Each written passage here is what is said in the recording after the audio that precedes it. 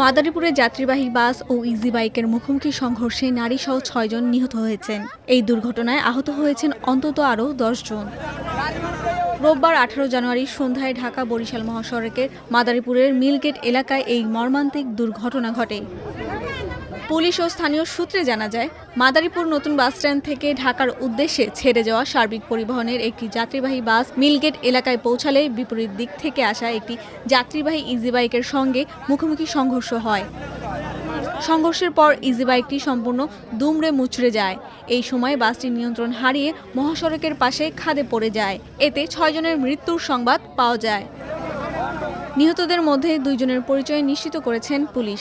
তারা হলেন সার্বিক পরিবহনের বাস চালকের সহকারী পান্নু মুন্সি এবং মাদারীপুরের সদর উপজেলার কেন্দুয়া ইউনিয়নের শাহ আলমের ছেলে রুমান। নিহতদের মধ্যে ইজি বাইকের যাত্রীও রয়েছেন। দুর্ঘটনার পর স্থানীয়রা ও হাইওয়ে পুলিশ দ্রুত উদ্ধার কাজে অংশ নেয়। আহত অন্তত ১০ জনকে উদ্ধার করে মাদারীপুর ২৫০ শয্যা জেলা হাসপাতালে ভর্তি করা হয়েছে। কয়েকজনের অবস্থা আশঙ্কাজনক বলে জানিয়েছে চিকিৎসকেরা। মোস্তফাপুর হাইওয়ে থানার ভারপ্রাপ্ত কর্মকর্তা আল রশিদ জানান, দুর্ঘটনায় নিহত ৬ জনের মরদেহ উদ্ধার করে ময়নাতদন্তের জন্য হাসপাতালের মর্গে পাঠানো হয়েছে। দুর্ঘটনার কারণ খতিয়ে দেখা হচ্ছে এবং এ ঘটনায় আইনগত ব্যবস্থা নেওয়া হবে।